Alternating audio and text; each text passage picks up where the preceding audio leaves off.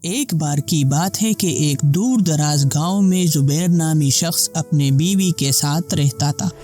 زبیر بہت ذہین اور نیک دل تھا اور ہمیشہ دوسروں کی مدد کرنے کے لیے تیار رہتا تھا۔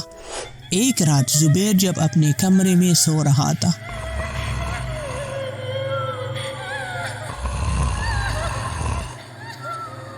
تو اسے ایک خواب آیا۔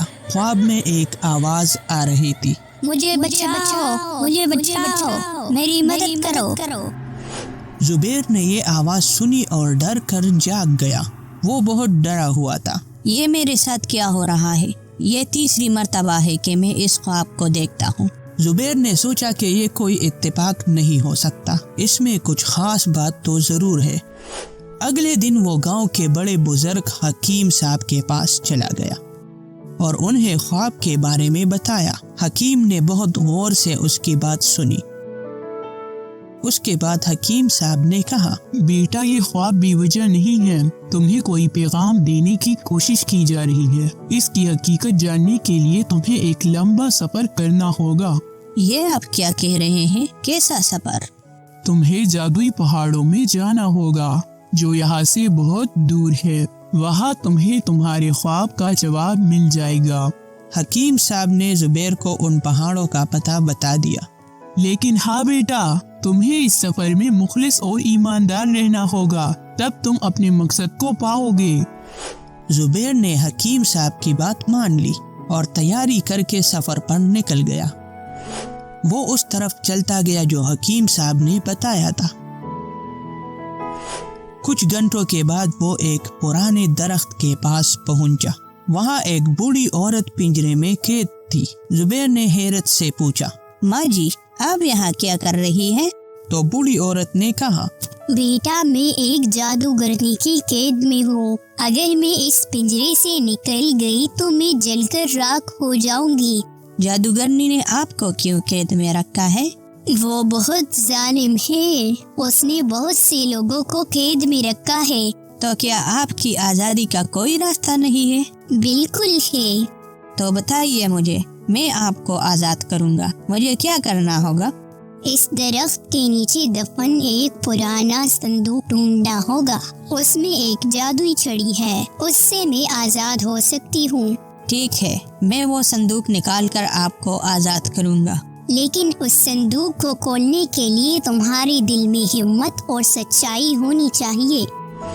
زبیر نے ہمت جمع کی اور درخت کے نیچے کھودنا شروع کیا۔ کچھ دیر کے بعد اسے ایک صندوق ملا۔ اس نے صندوق کھولا تو اندر بہت سونا اور ایک سنہری چھڑی تھی۔ زبیر نے جیسے وہ چھڑی اٹھائی تو اس سے ایک روشنی اس بوڑھی عورت پر پڑی اور اس کا پنجرہ غائب ہو گیا۔ وہ جیسے ہی آزاد ہوئی تو وہ بوڑھی عورت ایک خوبصورت پری میں تبدیل ہو گئی اور کہنے لگی، تمہاری نیکی اور ہمت نے مجھے آزاد کر دیا۔ یہ سنہری چھڑی اور یہ سارا سونا اب تمہارا ہے اور یہ تمہیں ہمیشہ خوشیاں دے گی۔ زبیر بہت حیران تھا۔ اس نے پری سے کچھ نہیں پوچھا اور وہ اڑ کر چلی گئی۔ زبیر نے خوشی سے وہ سونا اور سنہری چھڑی اپنے ساتھ رکھی اور گاؤں واپس آ گیا۔ اس دن کے بعد زبیر کا دل ہمیشہ خوشی سے بھرا رہتا تھا اور اس کی زندگی خوشیوں سے بھر گئی۔ اس نے سب کو سکھایا کہ نیکی کا بدلہ ہمیشہ اچھا ہی ملتا ہے۔ تو دوستو، آج آپ کو اس کہانی سے کیا سبق ملا؟ نیکی اور سچائی کا بدلہ ہمیشہ خوشی اور کامیابی ہوتا ہے۔ ایک چھوٹے سے گاؤں میں ادریس نام کا ایک کسان رہتا تھا جس کا جمیل نام کا ایک چھوٹا سا بچہ تھا۔ وہ اپنے بیٹے کے ساتھ اپنے گھر میں رہتا تھا۔ ادریس کھیتوں میں محنت کر کے اپنا گزارا کرتا تھا۔ ایک دن جب ادریس کھیت میں کام کرنے چلا گیا تو اس کا بیٹا جمیل سو گیا۔ جب اس کی نیند گہری ہو گئی تو اس نے خواب میں کچھ عجیب و غریب آوازیں سنی۔ میں بہت مشکل میں ہوں، میری مدد کرو۔ یہ آوازیں سنتے ہی وہ اچانک جاگ گیا۔ جمیل بہت ڈر گیا تھا۔ جیسے ہی ادریس واپس آیا تو جمیل نے اپنے خواب کے بارے میں بتایا۔ اور کہا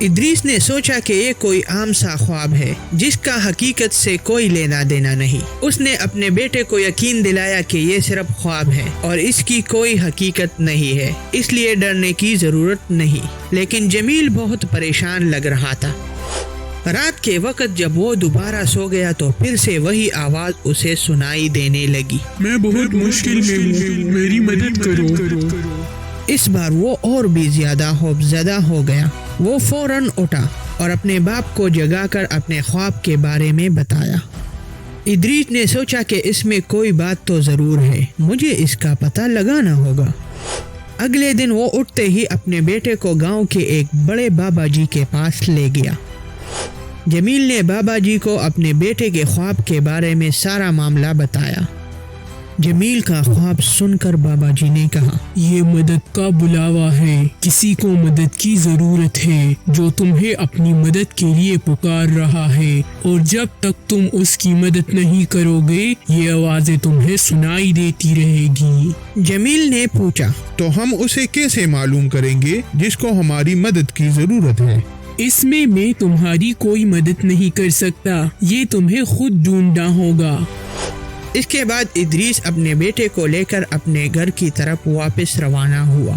ادریس اپنے بیٹے کے لیے بہت پریشان تھا اور سوچ رہا تھا کہ میں اس شخص کو کیسے ڈھونڈوں گا۔ وہ ان سوچوں میں گم تھا کہ پاس کے جنگل سے کچھ آوازیں آئی۔ میں بہت مشکل میں ہوں، میری مدد کرو۔ یہ تو وہی آوازیں ہیں جو میں نے خواب میں سنی تھی۔ ادریس نے جنگل کے اندر جانے کا فیصلہ کیا۔ جیسے ہی وہ جنگل کے اندر چلے گئے تو انہوں نے دیکھا کہ ایک شیر درخت کے نیچے پسا ہوا ہے۔ وہ بہت کمزور اور پیاسا تھا۔ ادریس ڈر گیا، لیکن اسے پتا تھا کہ ہمارے مشکل کا حل یہی ہے۔ ادریس نے شیر کی مدد کی اور اسے آزاد کرا دیا۔ جیسے ہی ادریس نے اسے آزاد کیا وہ شیر ایک چمکتی چڑی اور کاغذ میں تبدیل ہو گیا۔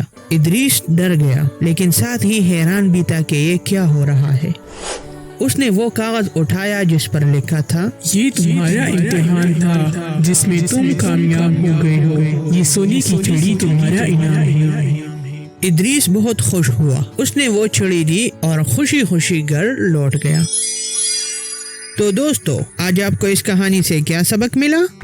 اچھے کام کرنے کا نتیجہ ہمیشہ خوشی اور انعام کی صورت میں ملتا ہے۔ ایک دفعہ کا ذکر ہے کہ ایک گاؤں میں سنیل نام کا ایک شخص اپنے خاندان کے ساتھ رہتا تھا۔ سنیل بہت غریب تھا، لیکن ہمیشہ دوسروں کی مدد کرنے کی کوشش کرتا تھا۔ وہ ایک سادہ اور نیک دل انسان تھا، مگر اس کی قسمت نے کبھی اس کا ساتھ نہیں دیا۔ ایک دن جب سنیل اپنے کھیت میں کام کر رہا تھا، اچانک اس کے کانوں میں ایک خوفناک آواز گونجی، میری مدد کرو، کوئی ہے، میری مدد کرو۔ سنیل خوف زدہ ہو گیا، لیکن پھر بھی وہ ان آوازوں کے پیچھے چلا گیا۔ ان آوازوں کے پیچھے چلتے چلتے وہ ایک ندی کے کنارے پہنچا۔ اس نے دیکھا کہ وہاں ایک چھوٹا سا جن جال میں بری طرح پھنسا ہوا ہے۔ جن نے بے بسی سے کہا، مہربانی کر کے میری مدد کرو، مجھے اس جال سے آزاد کرو۔ سنیل جن کو دیکھ کر خوف زدہ ہو گیا، لیکن اس نے اپنے خوف کو ظاہر نہیں کیا۔ میری مدد کرو، میں وعدہ کرتا ہوں کہ میں تمہیں کوئی نقصان نہیں پہنچاؤں گا۔ جن کی بے بسی دیکھ کر سنیل کو اس پر رحم آیا۔ اس نے ہچکچاتے ہوئے جن کو جال سے آزاد کر دیا۔ آزاد ہونے کے بعد جن خوش ہو کر بولا، تم نے میری مدد کی ہے، میں تمہارا یہ احسان کبھی نہیں بھولوں گا۔ میں تمہیں ایک ایسا تحفہ دینا چاہتا ہوں جو تمہاری زندگی بدل دے گا۔ کیسا تحفہ؟ جن نے جادوئی طریقے سے ایک صندوق بنایا اور اسے سنیل کے حوالے کرتے ہوئے کہا، یہ جادوئی صندوق ہے، ہر صبح اس میں سے ایک قیمتی چیز نکلے گا، لیکن یاد رکھو اسے صرف ضرورت کے وقت استعمال کرنا۔ اگر تم لالچ میں مبتلا ہو گئے تو انجام بہت برا ہوگا۔ سنیل خوشی خوشی صندوق کو لے کر گھر کی طرف روانہ ہوا۔ وہ بہت خوش تھا، لیکن وہ نہیں جانتا تھا کہ یہ صندوق اس کی ساری خوشیاں چھین لے گا۔